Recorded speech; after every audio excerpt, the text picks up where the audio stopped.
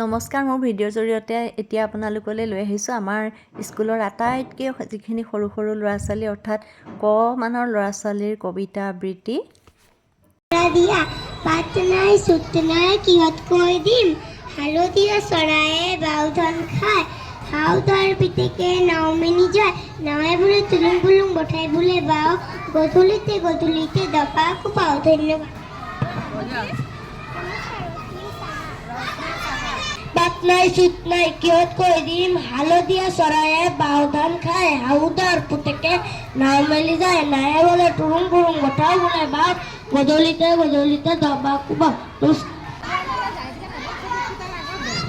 তৰা নালাগে টুটি তৰা দিয়া, পাত নাই চুট নাই কিহত কৈ দিম, হালধীয়া চৰায়ে বাওধান খায়, হাওদাৰ পুতেকে নাও মিলি যায়, নাৱে বোলে তুলুং বাটাই বোলে বাও, গধূলিতে গধূলিতে দবা কোবাও। ধন্যবাদ।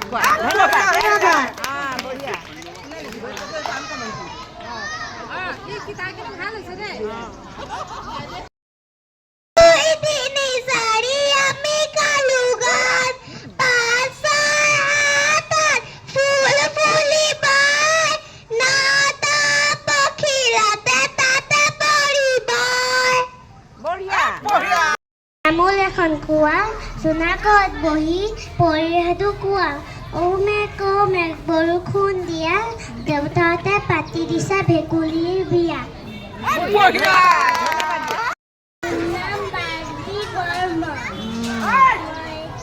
কবিতা ৰাতিপুৱা ৰঙা বেলি তোমাৰ প্ৰণাম, আমি গানো পাঁচ সাত আঠ ফুল ফুলিব, দাদা পখিলাটি তাতে পৰিব। আমাৰ বিদ্যালয়ৰ তেনেই কণ কণ ছাত্ৰ ছাত্ৰীসকলৰ কবিতাখিনি শুনি কেনেকুৱা পালে কমেণ্টত জনাবচোন।